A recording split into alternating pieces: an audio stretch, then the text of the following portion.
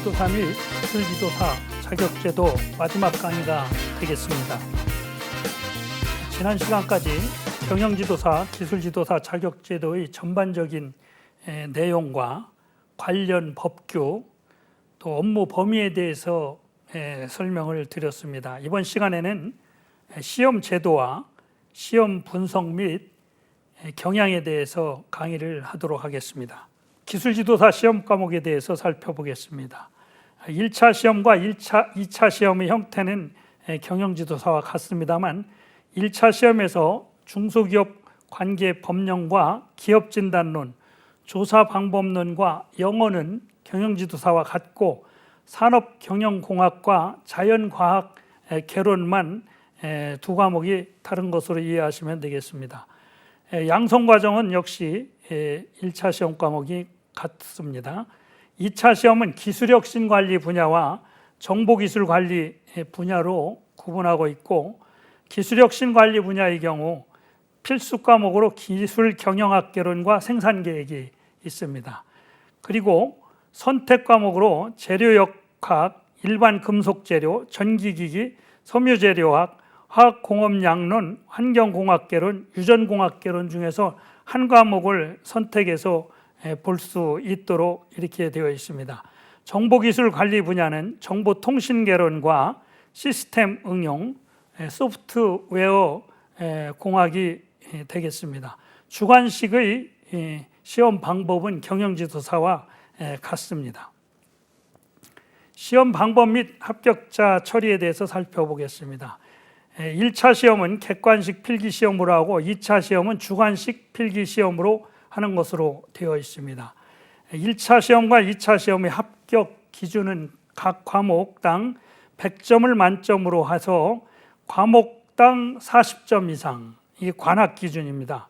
그리고 전 과목 평균 60점 이상이 되어야 합격하는 것으로 되어 있습니다. 합격을 하였을 경우에는 지도사 자격증을 교부하도록 이렇게 하고 있습니다.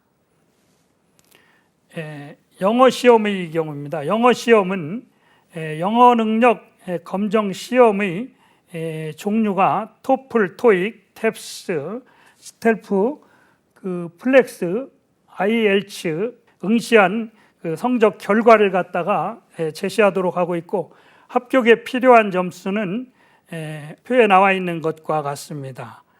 이와 같은 시험 결과를 제출을 해가지고 영어 시험을 대체하도록 이렇게 되어 있습니다. 지도사 자격시험의 일부 면제에 대해서 살펴보겠습니다. 1차 시험을 합격하였을 경우에는 다음 해의 시험에서 1차 시험을 면제를 해주도록 하고 있습니다. 그러니까 당해 연도와 다음 연도 두 번을 2차 시험을 볼 수 있는 자격을 주는 것입니다. 양성과정 이수자의 경우도 역시 마찬가지로 해당 연도와 다음 해의 시험에서 1차 시험을 면제를 하는 것으로 하고 있습니다.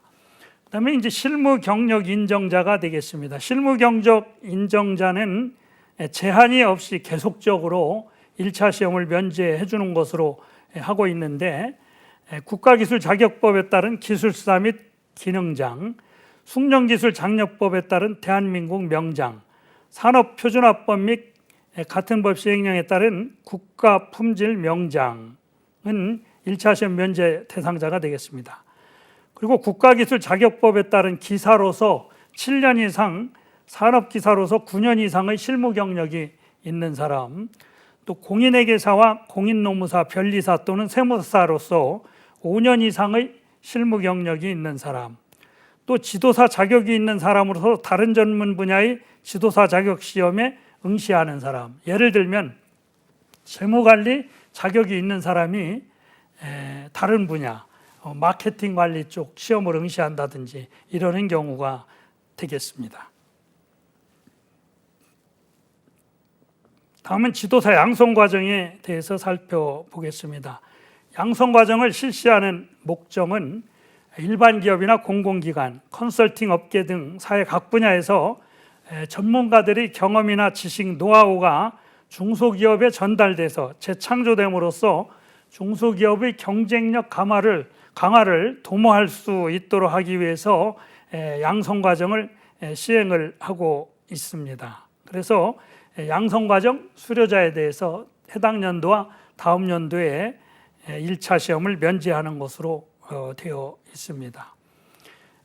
양성과정을 수강할 수 있는 자격 요건이 있는데, 이와 같은 자격 요건이 있는 사람은 60시간 이상의 교육을 이수함으로 인해 가지고 양성과정 수료를 할 수 있도록 이렇게 하고 있습니다. 첫 번째는 박사학위 소지자로서 해당 분야에 대해서 5년 이상 경력이 있는 사람이 되겠습니다. 그리고 여기서 이제 경력이라는 것은 진단 지도와 관련되어져 있는 경력이 되겠습니다. 그리고 석사학위 소지자는 진단 지도 관련 경력이 7년 이상이 있는 사람이 되겠습니다. 그리고 대학 졸업자 또는 이와 같은 수준의 학력이 있다고 인정되는 사람은 9년 이상이 되겠습니다. 또 전문대학 졸업자 또는 이와 같은 수준의 이상의 학력이 있다고 인정되는 사람은 11년 이상의 경력을 필요로 하고 있습니다. 대학 졸업자의 경우 전에는 10년, 또 전문대학 졸업자는 15년이었었는데 이 기간이 지금 일부 단축이 되었습니다. 그리고 중소벤처기업부 또는 지도실시기관에서 진단지도 관련 경력이 5년 이상이 있는 사람, 이와 같은 경우에는 양성과정을 이수할 수 있는 자격이 되는 것으로 현재 되어 있습니다. 그리고 지도 경력은 인적자원관리, 재무관리, 생산관리, 마케팅관리, 기술혁신관리, 정보기술관리 분야의 진단지도 경력을 말하는 것으로 하고 있습니다. 지금 현재는 이제 진단지도 경력이 앞에서 말씀드린 것과 같은 경력이 있어야지 되는 것으로 되어 있는데, 이 법이, 그러니까 지도사법이 경영지도사 및 기술지도사에 관한 법률이 시행되기 이전에는 중소기업 진흥에 관한 법률에서 다음과 같이 규정이 되어져 있습니다. 그래서 법률 시행이 되기 전 2021년 4월 7일자를 기준으로 해서 지금부터 설명하는 요건이 갖춰져 있었던 사람, 이미 갖춰져 있었던 사람의 경우에는 양성과정을 이수할 수 있는 자격이 있는 것으로 볼 수 있습니다.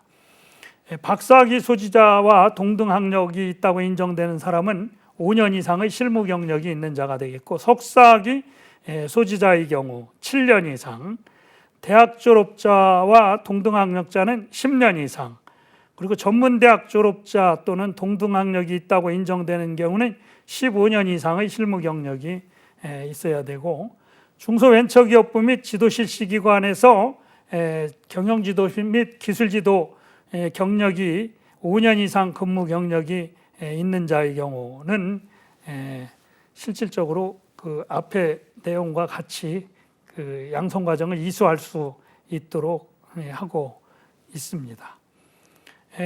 여기서 특이한 것은 수강자의 자격 요건에서 그 실무 경력이라고 하는 것이 학위 취득 전과 그 후의 부분을 포함을 해서 할 수 있도록 하고 있습니다. 양성과정 2023년에 시행됐었던 내용을 한번 살펴보면은, 교육은 2023년 3월 6일부터 5월 7일까지 시행이 됐었고, 온라인 교육으로 65시간이 시행이 됐습니다. 이 중에서 이제 60시간 이상 이수해야 수료 시험을 응시할 수 있도록 했습니다. 온라인으로 교육을 시행이 되기 때문에 PC나 모바일에 의해서 이제 이수를 하면 되겠고, 교육 과정은 1차 시험 과목과 동일한 과목을 교육을 하고 있습니다. 수료 시험은 2023년 5월 13일 날 시행을 했었습니다. 지도사 양성 과정은 한국경영기술 지도사의 홈페이지에 그 이러닝 센터에서 그 지도사 양성 과정 사이트를 들어가 가지고 신청을 하고 이수를 할 수 있도록 이렇게 되어져 있습니다. 이러닝 센터에서 일단은 회원 가입을 하고 로그인을 한 다음에 거기에서 이제 그 아이디와 그 패스워드를 부여하는 방법을 거기서 알려주는 대로 이제 진행을 하시면 되겠습니다. 다음은 지도사 자격시험 실시 기관 등에 대해서 살펴보겠습니다. 지도사 시험 실시 기관은 2023년의 경우 한국산업인력공단에서 실행을 했었습니다. 그래 한국산업인력공단에서 자격시험의 실시 주관으로 1차 시험과 2차 시험으로 구분해서 실시를 했습니다. 그리고 지도사 양성기관, 양성과정 주관기관은 한국경영기술지도사에서 실시를 했습니다. 그래서 1차 시험 과목으로 구성을 해서 65시간의 강의를 진행을 하고 그 다음에 이제 수료 시험을 실시할 수 있도록 해서 이와 같은 진행을 한국경영기술지도사회가 했습니다. 그리고 이제 지정교육기관이라는 것이 있는데 지도사 실무수습 및 보수교육을 실시하는 기관을 지정기관으로 법령에 규정을 해놓고 있습니다. 현재까지는 지도사 한국경영기술지도사회가 아닌 기관에서 시험을 했었던 적은 없습니다. 그리고 이제 지도사와 관계되어져 있는 재반 업무를 한국경영기술지도사에 위탁을 하고 있습니다. 다음은 경영지도사와 기술지도사 시험의 분석 및 경향에 대한 사항에 대해서 살펴보도록 하겠습니다.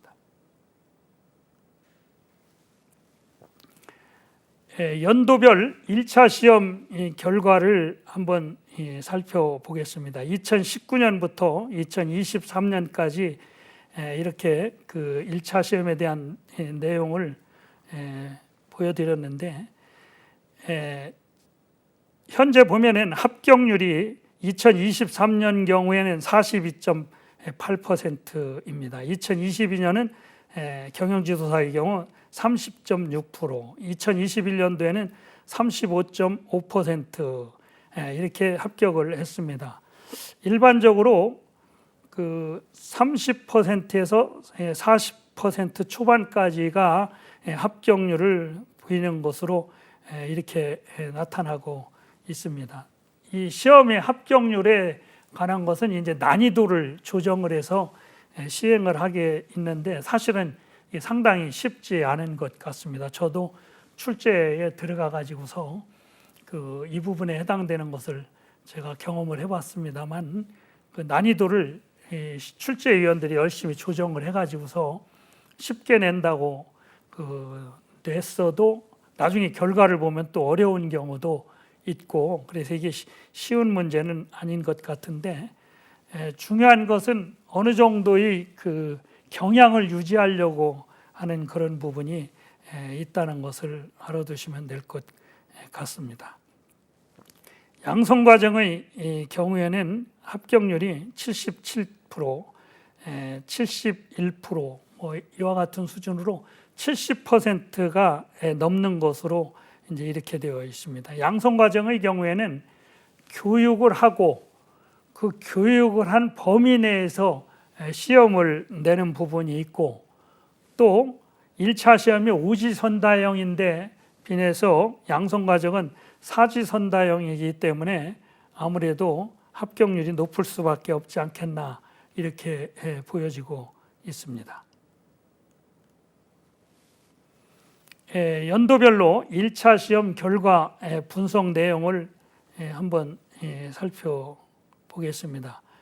과목별로 보면은 2022년 경우에는 합격자 평균이 66.05, 또 전반적으로 이제 66점에서 68점대를 이렇게 나타내고 있는데 중소기업 관계법령의 경우 2019년에 58.99였는데 계속적으로 이제 이게 점수가 낮아지는 경향을 보이고 있습니다. 회계학개론의 경우가 가장 낮은 점수였었는데 2022년 경우에는 이제 52.43으로 이제 약간 점수가 올라가는 것으로 나오고 있습니다. 그래서 대개 예측을 해서 시험을 어느 정도 이제 균일하게 내려고 이제 출제위원들이 노력을 하는데, 전년도에 이제 만약에 이게 시험이 좀 합격 점수가 낮았다 그러면은 그 전년도보다 이제 좀 쉽게 내려고 하는 경향이 있고, 또 전년도에 시험이 쉬웠다 그러면 그 다음 연도는 이제 약간 이렇게 어렵게 내려고 하는 경향을 보이고 있는 것이 현실이라고 이렇게 볼 수 있습니다. 그래서 전반적으로 보면은 2022년도가 이제 조금 시험이 그 전보다는 점수가 낮았다고 이렇게 볼 수 있고, 점수의 대별 인원수를 보게 되면은 전반적으로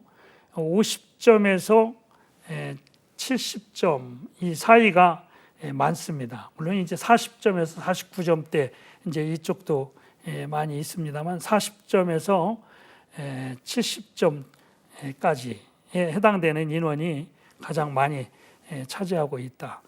아주 낮은 점수에 있는 분들은 사실상 뭐 공부를 거의 안 하고 시험을 보는 거기 때문에 평균 점수만 그냥 낮추는 결과를 보여지는 것이 아닌가 이렇게 보여지고 있습니다.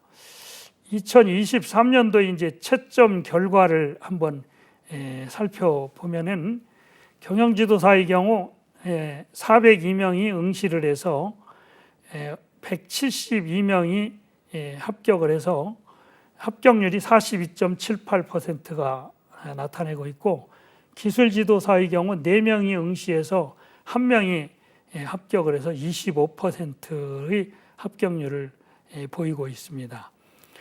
경영지도사의 합격자 평균은 67.89고 총평균은 56.99라고 이제 나타나고 있습니다. 기술지도사의 경우 지금 보면은 응시를 하는 사람이 이렇게 4명뿐이 안 되는 이런 상황이 나타나고 있다 보니까 오히려 출제위원의 수가 더 많은 겁니다. 어떻게 보면은. 그래서 계속 이 기술지도사 시험을 매년 치르지 말고 2년에 한 번씩 실시하거나 아니면은 이것을 오히려 경영지도사에 합해서 기술지도사 제도를 없애는 것이 어떻겠느냐 하는 주장이 계속 나타나고 있습니다. 2차 시험 결과를 보면은 2022년도의 경우 907명이 응시를 해서 220명이 경영지도 합격률을 보이고 있습니다. 그래서 합격률이 24.25%가 나타나고 있습니다. 그리고 기술지도사의 경우에는 32명이 응시를 해서 5명이 합격을 해서 15.62%를 나타내고 있습니다. 기술지도사의 경우 1차 시험 응시자는 별로 없는데 2차 시험 응시자가 더 많은 이유는 양성과정을 하는 사람들과 또 면제자들이 있기 때문에 그런 것으로 이해하시면 되겠습니다. 지도 분야별 2차 시험 합격 현황을 쭉 보시면은 경영지도사의 경우에 인적자원관리가 33.68%, 64명이 합격을 했고, 재무관리가 42명에 16.03%, 마케팅이 28명에 38.88%, 생산관리가 86명에 22.45%, 전체적으로 220명이 24.25%를 유지를 하는 것으로 했는데, 일반적으로 이제 합격률을 한 30% 정도를 이렇게 나타나는 것을 목표로 대개는 진행을 하고 있습니다. 재무관리가 합격률이 낮고 또 인원이 낮은 이유는 응시를 하는 분들이 이제 합격률이 높고 또 많이 뽑는다고 보여지는 쪽으로 응시가 이렇게 몰리는 경향이 조금 있습니다. 물론 그 자기 전문 분야가 있기 때문에 뭐 아무나 그렇게 자기가 다른 분야를 볼 수 있는 그런 부분은 아니지만은 그 결과적인 내용을 보면은 그런 현상이 많이 나타나고 있습니다. 그리고 재무관리의 경우에는 그 옛날에 그 기왕에 실시되었던 시험에서 재무관리 분야의 업무가 많다고 그래서 그쪽으로 배출된 인원이 많이 있다 보니까 상대적으로 이게 이제 또 그쪽이 줄어들고 합격률이 낮아지는 경향이 있는 것 같습니다.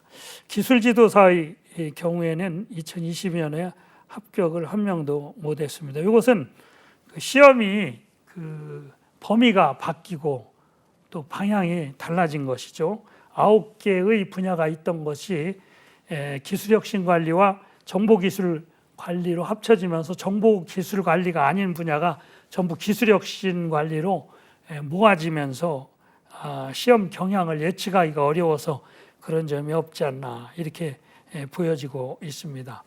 기술지도사의 어떤 그 합격 그 현황이라든지 이런 것을 분석하는 것은 상당히 어렵고 좀 의미가 좀 없어지는 그런 상황이라고 볼 수 있습니다. 성별 합격자 그 현황을 보면은 여성의 합격률이 점진적으로 이렇게 높아지고 있는 경향을 나타내고 있습니다. 여성이 응시하는 사람의 수도 늘어나고 또 옛날에 비해서는 이제 그 관심도가 높아지다 보니까 여성의 합격률이 점진적으로 늘어나고 있는 것이 아닌가 이렇게 생각이 되고 있습니다.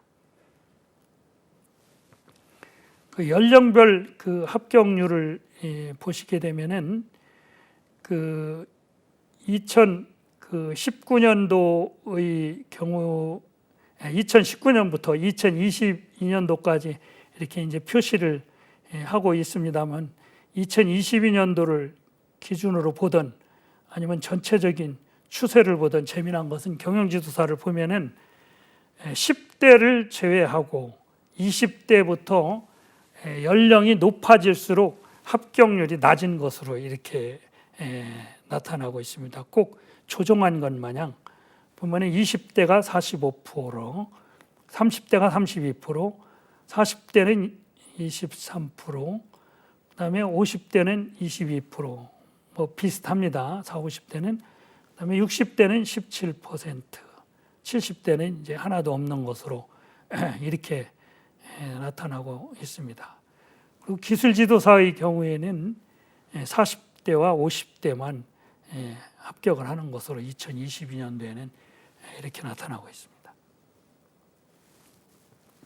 지역별 그 2차 시험 합격 그 현황을 보면은 비율은 뭐 사실 큰 의미가 없습니다만 전체적으로 비중이 보면은 서울과 경기도, 인천, 수도권의 합격률이 절대적으로 이제 높은 것으로 이제 이렇게 나타나고 있습니다. 이 경영지도사하고 기술지도사 시험에 대한 그 2차 시험을 가르치는 그 학원이나 이런 것들도 지방에는 사실 거의 없고 특강 형태로 운영이 되고 서울에는 이제 상시적으로 이와 같은 그 합격생들을 위해서 학원을 운영하는 곳이 여러 곳이 있기 때문에 그런 영향도 있는 것으로 보여집니다. 기술지도사의 경우는 인원이 2022년도에 워낙 적다 보기 때문에 합격률이나 이제 이런 부분에 대한 것이 사실상은 뭐 거의 그 의미가 없는 것으로 이렇게 나타난다고 제가 말씀을 드렸습니다. 지방에서는 뭐 거의 합격을 못하고 있는 그런 상황이라고 볼 수 있습니다. 2차 시험에 이제 득점대별 그 인원을 보게 되면은 이것도 역시 40점에서 이제 70점 사이 이제 이쪽이 가장 많은 것으로 나타나고 있습니다. 그 평균 점수는 인적자원관리가 그 합격자가 67.34, 재무관리가 67.2, 그다음에 생산관리가 68.09, 마케팅이 66.32. 그래서 사실상 합격 점수는 60점 이상을 기준으로 이렇게 보여지면은 어느 정도 높은 수준이다. 이제 이렇게 볼 수 있습니다. 물론 불합격을 하신 분들이 이제 점수가 낮기 때문에 전체 평균 점수는 많이 떨어지지만은 그래도 합격을 하기 위해서는 이제 어느 정도 내가 유지를 해야지 되는지를 한번 생각해 볼 필요가 있습니다. 2023년도 그 주요 변경 사항을 한번 살펴보겠습니다. 시험이 경영지도사의 경우 전에는 1교시, 2교시로 이제 나누어서 시험을 봤었는데 2023년도에는 1교시에 125분 동안에 한 번에 이제 시험을 보는 것으로 이렇게 진행이 되어졌습니다. 그래서 전에는 75분, 50분 이렇게 나눠서 시험을 봤는데 지금은 125분 휴식 시간이 없이 진행을 하는 것으로 되어 있습니다. 물론 기술지도사도 역시 마찬가지로 쉬는 시간이 없이 125분 동안 진행을 했습니다. 다음에 이제 2차 시험 입실 시간에 관한 이야기인데 전에는 중식 시간에 13시부터 14시 10분까지 하고 14시 10분에 입실을 하는 것으로 이제 이렇게 해서 3교시 시작 시간이 14시 20분으로 이렇게 했는데 이번에는 3교시 시작 시간은 변경이 없는데 중식 시간을 10분 줄이고 입실 시간을 10분 당겨서 14시에 하는 것으로 이제 이렇게 하고 있습니다.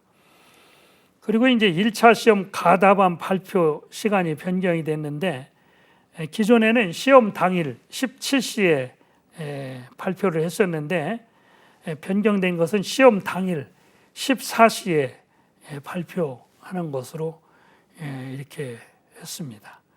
이것은 22년도 37회 경영기술 지도사 시험 시행계획 공고에서 사전 안내된 사항을 기준으로 말씀을 드렸습니다. 시험 일정은 1차 시험의 경우 원서 접수는 3월 6일부터 3월 10일까지 했고 그 2차 시험은 6월 12일부터 16일까지 5일 동안 원서를 접수하는 것으로 했습니다. 시험 시행 지역은 서울에서 모두 시행을 했고 1차 시험은 4월 22일 날 시험을 실시하고 5월 24일 날 합격자 발표를 했습니다. 2차 시험은 7월 15일 날 시행하고 10월 4일 날 합격자 발표를 하는 것으로 이렇게 진행을 했습니다. 매년 이 시험 장소, 시행 지역, 그 다음에 그 일자는 뭐 크게 차이는 나지 않고 있습니다. 응시자가 많지 않기 때문에 이제 지역적으로 이제 분산해서 시험을 보지 않고 서울에서만 보는 것으로 이렇게 하고 있습니다. 시험 과목 및 시험 시간, 그 다음에 이제에 대해서 살펴보면 시험 과목 및 출제 범위에 대한 그 내용은 앞에서 이제 설명을 드렸었던 내용하고 이제 전체적인 과목 및 출제 범위는 시험 과목은 동일하고 형태 객관식, 주관식으로 하는 것도 앞에서 말씀드린 대로 동일합니다. 그런데 다만 과목별로 세부 항목에 대한 그 출제 범위를 살펴보면 중소기업 관계 법령의 경우에는 중소벤처기업부 소관 법령 중에서 10개 법령만 시험을 보는 것으로 이렇게 되어 있습니다. 그래서 지금 현재 열거되고 있는 과목 10가지가 지금 현재 지난번에 이제 법이 지난번에 실시하던 것 중에서 개정이 된 내용이 앞에서 이제 설명을 좀 일부 드렸었습니다만 창업지원법하고 여성기업 지원에 관한 법률, 또 장애인기업 특별법이 빠지고 벤처 투자 촉진에 관한 법률, 그다음에 그 소상공인 보호 및 지원에 관한 그 법률, 소상공인 기본법이 추가가 됐습니다. 기업진단론의 경우에는 경영분석과 기업진단을 출제 범위에서 정하고 있고, 노사관계론의 경우에는 노동법을 포함하도록 되어 있죠. 그래서 노사관계론, 노동법인데, 노동법은 노동법의 기본 이념 등 총론 부분을 포함을 하는 것으로 그렇게 하고 있습니다. 이것은 이제 인적자원관리 분야가 되겠습니다. 그리고 이제 회계학은 원가회계, 재무회계, 관리회계를 하는 것으로 되어 있고, 세법은 국세기본법, 소득세법, 법인세법, 상속세 및 증여세법, 부가가치세법, 조세특례제한법, 국세징수법, 이제 이와 같이 범위를 정하고 있습니다. 그리고 기술경영학 개론 중에서 기술경영은 마케팅 전략과 자금 조달 등 이렇게 표시를 하고 있습니다. 그리고 기술혁신은 개념과 보호 및 관리 등으로 이렇게 규정을 하고 있습니다. 그리고 시스템 응용에서 운영체제는 OS, 데이터베이스는 DB 이렇게 규정을 하고 있습니다. 이것은 이제 분야별로 해당되는 지도 분야에 해당되는 경우만 참고하시면 되겠습니다. 시험 시간에 관한 내용은 앞에서 뭐 설명 드렸었던 내용을 참고하시면 되겠고, 경영지도사의 경우 1차 시험은 과목별 문항수가 25문항으로 줄었습니다. 물론 기술지도사도 25문항이 되겠습니다. 그리고 이제 2차 시험은 논술형 2문항, 약술형 4문항 이렇게 해서 총 6문항을 출제할 수 있도록 이런 형식으로 되어 있습니다. 그런데 논술형과 약술형 내에서 세부 문항으로 나눠 가지고 출제를 하는 경향이 매우 높습니다. 그래서 실질적으로 문제 수는 상당히 여러 문제가 되고 있다고 보시면 되겠습니다. 그래서 기술지도사와 경영지도사 공이 2차 시험은 논술형 2문항, 약술형 4문항을 내는 것으로 이제 이렇게 하고 있다고 보시면 되겠습니다. 그리고 이제 시험하고 관련돼서 법률 및 또 회계처리 규정 등을 적용하는 문제에 대해서는 시험 시행일 현재 시행 중인 법률과 회계처리 기준 등을 기준으로 하고 있다는 것을 꼭 유념하셔야 될 것입니다.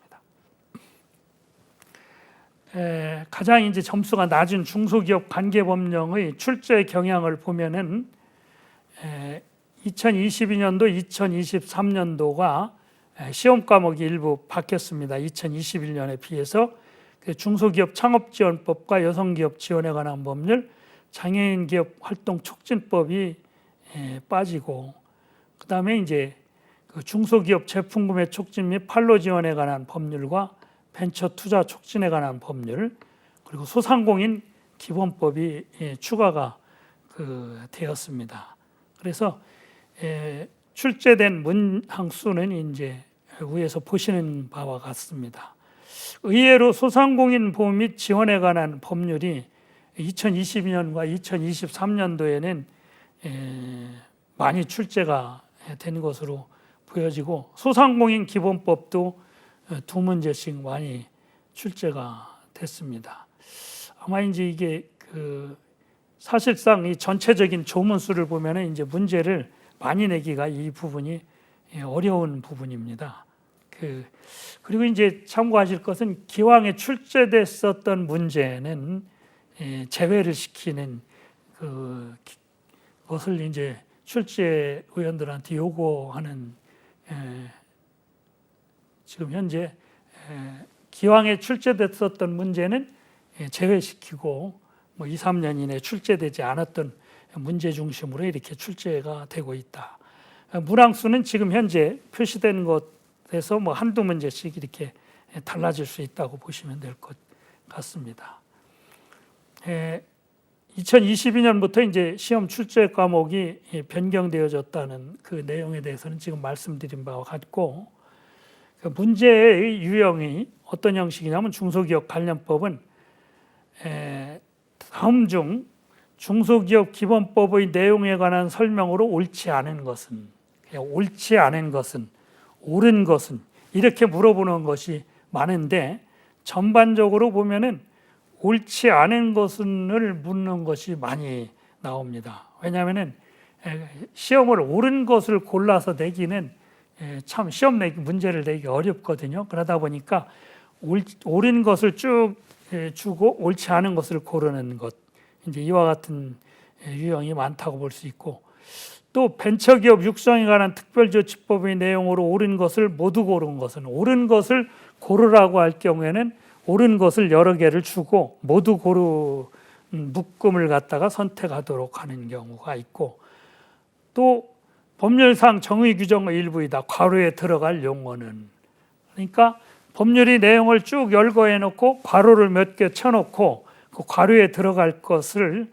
찾아서 넣도록 하는 것, 이제 이와 같은 형태가 많이 있다고 이해를 하시면 좋을 것 같습니다.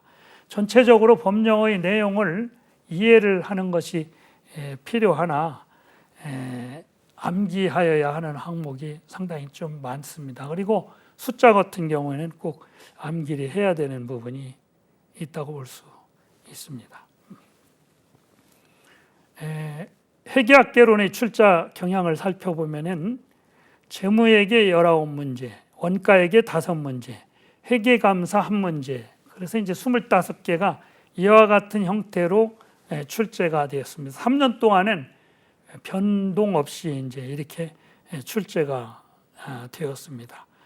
그리고 이제 계산과 이론 문제에 해당되어지는 것을 보시면은 계산하는 문제의 비중이 거의 절반, 2022년도 같은 경우에는 60% 정도가 나왔고, 2023년도는 50%가 넘는 이런 문제가 출제가 되고 있기 때문에 회계학 문제는 계산하는 연습을 많이 하셔야지 될 것으로 보여집니다.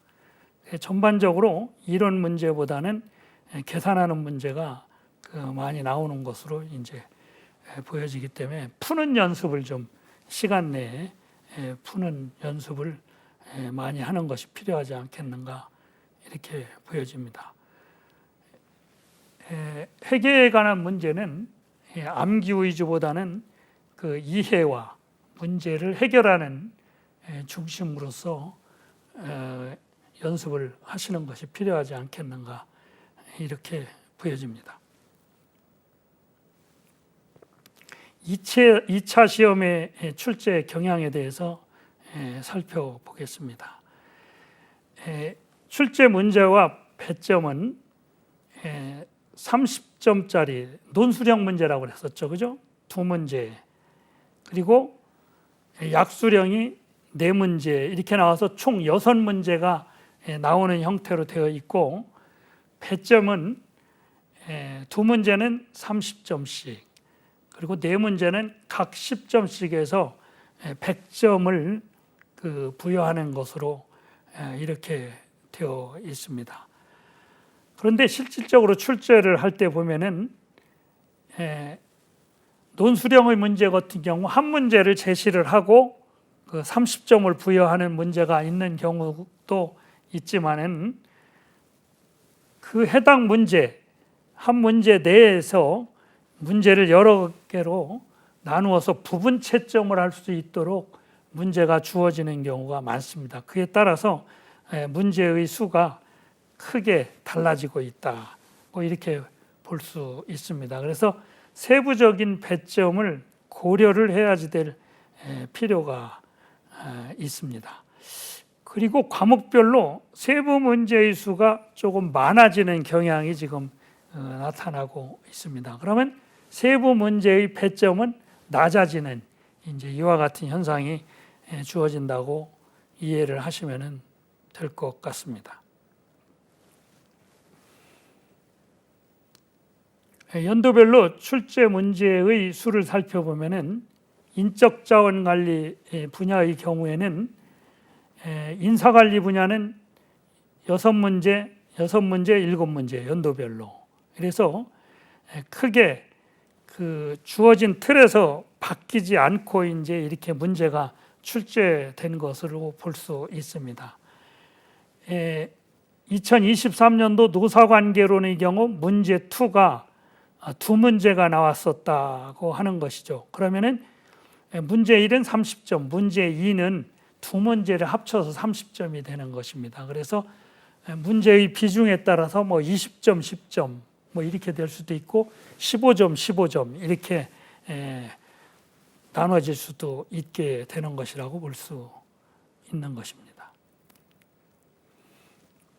재무관리 분야의 경우에는 재무관리 분야 중에서 재무관리와 회계학 세법이 있는데 재무관리는 14문제, 15문제, 12문제 회계학은 13, 14, 15문제 세법은 10문제, 12문제, 10문제 이와 같은 형식으로 되어서 문제를 많이 내는 경향이 있습니다. 예를 들면 문제 1번과 문제 2번 논술형 문제를 여러 가지로 부분 점수를 주는 형태로 내고 있는 것이죠. 2022년 재무관리의 경우 문제 1번에 4개가 나왔다는 얘기는 30점을 부여하는 문제가 4개로 나눠져 있다. 이제 이렇게 볼 수가 있습니다. 대개 문제 3, 4, 5, 6번이 2문제가 나왔다 그러면 뭐 5점, 5점, 7점, 3점 이렇게 될 수가 있습니다만 문제 1번이 이렇게 이제 여러 문제로 나누는 경우에는 하나당 문제가 뭐 10점이 안 되는 경우도 있고 비중이 큰 문제는 뭐 또 10점, 20점으로 이제 이렇게 되어지는 경우가 있을 수가 있습니다. 그래서 재무관리 분야가 전반적으로 문제 수가 많다고 이렇게 보시면 될 겁니다. 생산관리 분야도 역시 문제 수가 많습니다. 이게 재무관리 분야하고 비슷하게 나오고 또 생산관리도 경영과학이나 뭐 이런 부분에서는 계산하는 문제가 주로 많이 나오기 때문에 문제를 나누어서 주고 있다고 보시면 되겠습니다. 마케팅 분야입니다. 마케팅도 역시 문제가 상당히 많습니다. 2023년도 시장조사론 같은 경우에는 문제 1번이 5문제, 2번이 4문제, 그래서 전체적인 문제가 18문제나 이렇게 출제가 되어졌습니다. 그래 대개 문제 1번의 경우 이렇게 나눠지는 경우에는 그 이론적인 경우에도 그렇고 전반적으로 보면은 연결이 되어지는 것도 있지만은 부분적으로 이제 뭔가 답을 할 수 있게끔 이렇게 주고 있습니다. 그래서 따라서 어떤 의미에서 보면 수험자들에게 유리하게 점수를 받을 수 있도록 해주는 것이 아닌가 이렇게 보여지고 있습니다. 기술혁신관리의 분야의 경우도 보면은 전체적으로 문제가 평균 뭐 한 14, 5문제 정도씩 이렇게 나오는 것으로 이렇게 되고 있습니다. 역시 이 부분에 해당되어지는 것은 앞에서 말씀드린 것과 마찬가지로 이해를 하시면 될 것 같습니다. 정보기술관리 분야의 경우도 앞에서 설명한 것과 같은 형태로 이해를 하시면 크게 다르지 않을 것 같습니다. 기술지도사의 2차 시험 문제에 대해서 한번 살펴보겠습니다. 먼저 기술혁신관리 분야입니다. 기술혁신관리의 경우 시험 과목이 완전히 이제 바뀌었다고 말씀을 드렸습니다. 그래서 공통과목으로 기술경영학과 생산계획이 있고 선택 과목으로 섬유재료학, 유전공학, 일반 금속재료, 재료역학, 전기기기, 화학공업양론, 환경공학개론이 있습니다. 이것도 전체적으로 보면은 문제 수가 많이 출제되는 것으로 나타나고 있습니다. 선택 과목의 경우 기왕에 그 응시자들이 그 종사해왔던 분야나 또 해당 전공 과목과 일치를 하기 때문에 이 부분은 되게 공부가 많이 되어 있기 때문에 상당히 크게 문제는 되지 않는 것으로 보여질 수 있으나, 이 기술경영학과 생산계획이라는 과목이 이게 바뀐 과목이다 보니까 사실상 이 부분이 상당히 어려운 부분이라고 보여질 수가 있습니다. 이 부분에 대한 그 기출 문제도 거의 없고 그런 상황이기 때문에 이 부분에 대한 것을 특별히 유념해서 공부를 하셔야 되지 않을까 이렇게 생각이 듭니다. 기술 혁신관리 분야가 합격이 거의 안 되고 있는 상황인 것은 앞에서 설명을 드렸었던 것과 같다고 볼 수 있습니다. 그리고 이제 정보관리 기술 분야는 기왕에 정보기술관리 분야는 기왕에 이제 있었던 그 정보 분야에서 명칭만 일부 바뀌었기 때문에 크게 이 부분은 이제 변동이 없습니다. 그러나 시험에 응시하는 것은 앞에서 말씀드린 대로 전체적인 내용에 해당되어지는 것을 그 유념을 해서 그 개별적인 문제에 점수가 부여되는 것이 어떻게 되느냐에 따라서 응시자가 그 잘 배분을 해서 해야 될 것이라고 보여집니다. 전체적으로 2차 시험을 이제 응시하는 부분에 대한 것을 살펴보면은 2차 시험에 대한 것이 논술을 하는 경우는 전체 그 답안지를 주는 것을 보고 배점이 되어지는 것을 기준으로 해가지고 사실 답안지의 양도 그 배분을 해가지고서 점수가 높은 쪽으로 그 쓰는 양이 많아지도록 조정을 해야지 될 필요가 있습니다. 그런데 논술을 하는 문제가 아니고 그 약수를 하는 문제라든지 계산을 하는 문제인 경우에는 그거하고 전혀 관계가 없이 실질적으로 계산을 하고 또한 해당 내용에 대한 것을 핵심적으로 정리를 해가지고서 답안을 작성을 하면은 크게 문제가 없을 것으로 보여집니다. 그런데 이제 논술을 하는 문제의 경우에는 전체 답안지 양과 그 다음에 점수의 비중을 고려를 해서 이제 배분을 해서 답안을 작성하는 것이 필요하고, 또 채점을 하는 사람이 그 답안지를 보고 실질적으로 이제 이것을 채점을 하기에 용이하게 답안을 작성하는 것도 필요하다고 보여질 수 있습니다. 그래서 핵심 내용을 중심으로 소제목을 달고 또 소제목과 소제목 사이는 뭐 한 줄을 띄어서 쓴다든지 이와 같은 형태로서 답안을 작성을 하는 것도 필요하다고 볼 수 있습니다. 무엇보다도 이제 2차 시험의 경우에는 답안 작성을 하는 그 요령을 준비를 해가지고 연습을 해보는 것이 필요하다고 할 수 있습니다. 기출문제를 중심으로 주어진 시간 내에서 답안을 작성하는 연습을 계속적으로 반복해서 해보는 것이 무엇보다도 필요하다고 할 수 있겠습니다. 머릿속으로는 이해를 하고 있는데 막상 답안을 작성을 하려고 할 경우에 이게 숙달되어지 않았을 경우에는 제대로 답안을 작성하지 못해가지고 결국에 시험은 공부는 열심히 하고 시험에 낙고하는 그런 경우가 상당히 많이 있습니다. 사람에 따라서는 이제 시험 준비 기간이 길지 않아도 그 되는 경우가 있고, 또 어떤 경우에는 여러 번 응시를 해서도 이제 불합격을 하는 경우가 있는데, 출제 경향이나 그 당시의 어떤 그 환경적인 문제, 뭐 개인이 준비를 잘했어도 또 보통 이야기하는 뭐 운하고도 관계 있다, 뭐 이렇게 보는 부분도 있을 수 있겠지만은, 지금까지 제가 전체적으로 경영지도사와 기술지도사에 대한 제도에 관한 문제, 또한 업무에 관한 문제, 관계 법령에 관한 문제, 또 시험 제도와 경향에 관한 문제에 대해서 설명을 드렸습니다. 경영지도사 및 기술지도사 제도가 2021년도에 개별법으로 다시 탄생을 하고 난 다음에 또 한국경영기술지도사회가